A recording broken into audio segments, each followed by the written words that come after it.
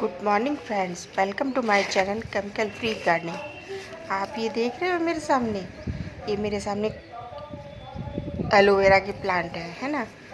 और ये कुछ ये प्लांट्स भी हैं। तो ये देखो, ये बहुत कुछ शेड में रखे हुए थे। शेड में क्या, छुपा के रखे हुए थे ये प्लांट। बड़े बड़े प्लांट्स के गुलदाउदी के उनके बीच में लगे हुए थे। तो ये देखो लगी लगी हो रहे हैं। तो इसकी मैं रिपोर्ट करने जा रही थी क्योंकि इन्हें भी स्पेस देना ज़रूरी था एलोवेरा के लिए। तो इसको मैंने रिपोर्ट कर लिए। तो मेरी एक पॉली बैग में ये मिट्टी रखी हुई थी, जो अभी पॉली बैग दिखा रही थी उसमें मिट्टी रखी हुई थी। तो ये बिल्कुल सूखी हुई मिट्टी है, देखो ये। और इसमें मैंने नीचे नीचे कंपोस्ट डाली थी बनने के लिए, सारे गार्डन वेस्ट। देख रहे हो, ये सारे गार्डन वेस्ट है और ये बिल्कुल सूखी मिट्टी है। बहुत अच्छी खाद बनती है इसमें, कंपोस्ट खाद जो होती है ना, गार्डन वेस्ट और किचन वेस्ट की। देखो ये कितनी अच्छी खाद है, एकदम से भुरभुरी सॉफ्ट और ब्लैक ब्लैक हो रही है। तो इसी में मैं रिपोर्ट कर दूँगी। अब नीचे नीचे में ये वाली खाद, जो कंपोस्ट खाद बनी हुई है, वो मैं डाल दे रही हूँ। और इसके ऊपर से थोड़ा सा मैं गार्डन वेस्ट, अपने किचन गार्डन का जो भी टूटा फूटा पत्ते वत्ते होते हैं, लकड़ियाँ होती हैं, वो सब मैं इसमें डाल दूँगी, है ना।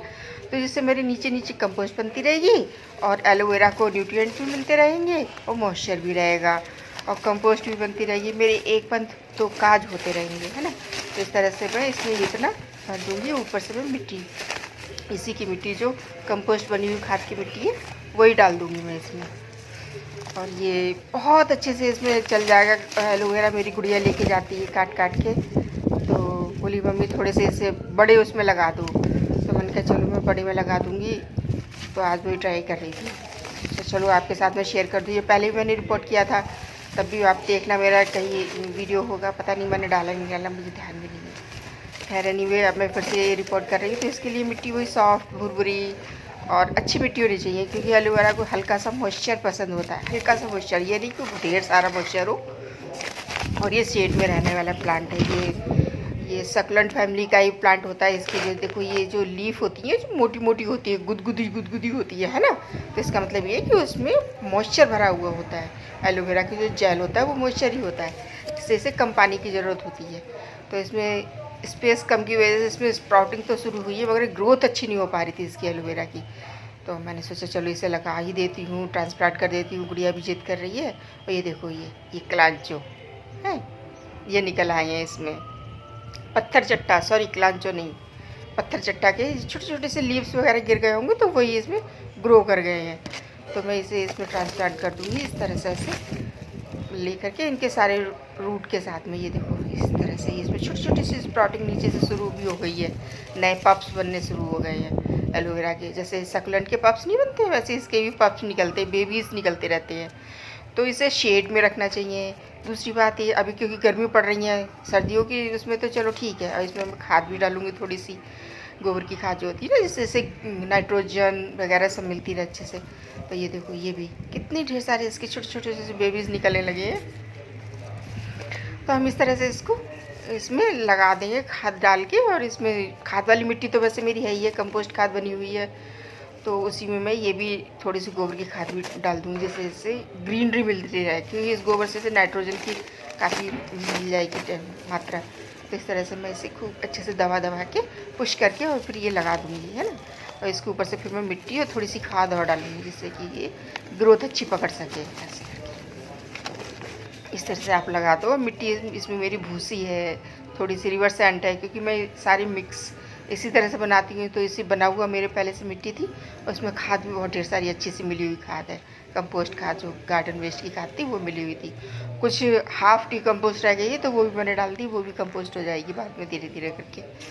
और एलोवेरा को कोई प्रॉब्लम नहीं होती है ना, जल्दी फंगस लगती है इसे तो शेड चाहिए, मॉइस्चर चाहिए। तो मैं इसे इस तरह से सब जितने भी इसके जो निकले हुए प्लांट्स हैं, वो सारे मैं इस तरह से दबा के लगा दूँगी।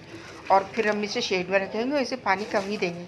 ऐसा नहीं कि हाँ ढेर सारा पानी डालते रहें, पानी कम, मॉइस्चर भी बना रहा है। ये छोटू सा पप्स है, वो भी लगा दे रही हूँ मैं इसके। बस ये हो गया।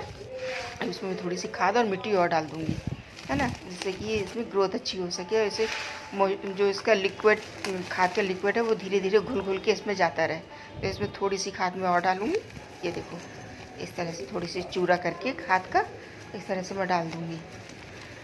और इसके ऊपर मिट्टी डालूंगी जिससे कि ये मॉइस्चर बना के रखेगा, क्योंकि गोबर की खाद ऐसी होती है ना जो मॉइस्चर को होल्ड करके रखती है। तो इसलिए मैं थोड़ी सी खाद डाल के ऊपर से मिट्टी डाल दे रही हूँ, जिससे ये जब भी पानी पड़ेगा तो ये इसका लिक्विड उसमें जाता रहेगा। तो इसे शेड में रखना ज़रूरी है। अगर शेड में नहीं रखेंगे ना, धूप में रखेंगे, तो इसकी जो लीफ है ना वो रेड रेड हो जाते हैं, जैसे सक्लेंट के नहीं हो जाते हैं। ये सक्लेंट फैमिली का ही है, तो इसका नेचर भी वही है, मिट्टी भी उसी तरह की चाहिए इसे। मगर मैं फिर भी थोड़ी सी अपनी गार्डन की सॉइल मिला के लगा देती हूँ, जिससे ये अच्छे से ग्रो हो जाता है। अब ये देखो मैंने यहाँ पे शेड में रखा है। यहाँ पे मुश्किल से मॉर्निंग की आधा घंटे की धूप मिलती है इसे। अब ये यहाँ पे आ गई है, बहुत थोड़ी सी देर के लिए बस आती है, आके चली जाती है, आधा घंटा भी नहीं रहती है मुश्किल से ये धूप यहाँ पे। और यहीं पे मैंने एक करी पत्ता भी ट्रांसप्लांट किया था, वो भी लगा दिया है, और ये भी लगा दिया है ना, इस तरह से। अब करी पत्ता ट्रांसप्लांट किया था तो मुझे ध्यान भी नहीं रहता, मेरा यही रहता है, जब भी मैं करती हूँ ट्रांसप्लांट मुझे होश ही नहीं रहता, मैं फटाफट कर देती हूँ, फिर ध्यान आता है अरे ये वीडियो बनाने चाहिए था। तो ये देखो मैंने यहाँ पे सनफ्लावर भी, सॉरी डहलिया के बल्ब भी यहीं पे सेव कर दिए थे प्लांट, तो इसमें भी स्प्राउटिंग शुरू हो गई है। और यहाँ पे बहुत हल्की सी धूप रहती है। प्लीज़ फ्रेंड मेरे वीडियो को लाइक करो, शेयर करो, चैनल को सब्सक्राइब करो। नई जानकारी के साथ, नई इन्फॉर्मेशन के साथ आपसे फिर मिलती हूँ, तब तक के लिए बाय बाय फ्रेंड्स।